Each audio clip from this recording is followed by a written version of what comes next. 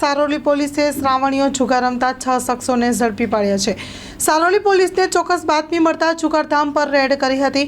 6 ઇસમોને જુગાર રમતા ઝડપી પાડ્યા છે।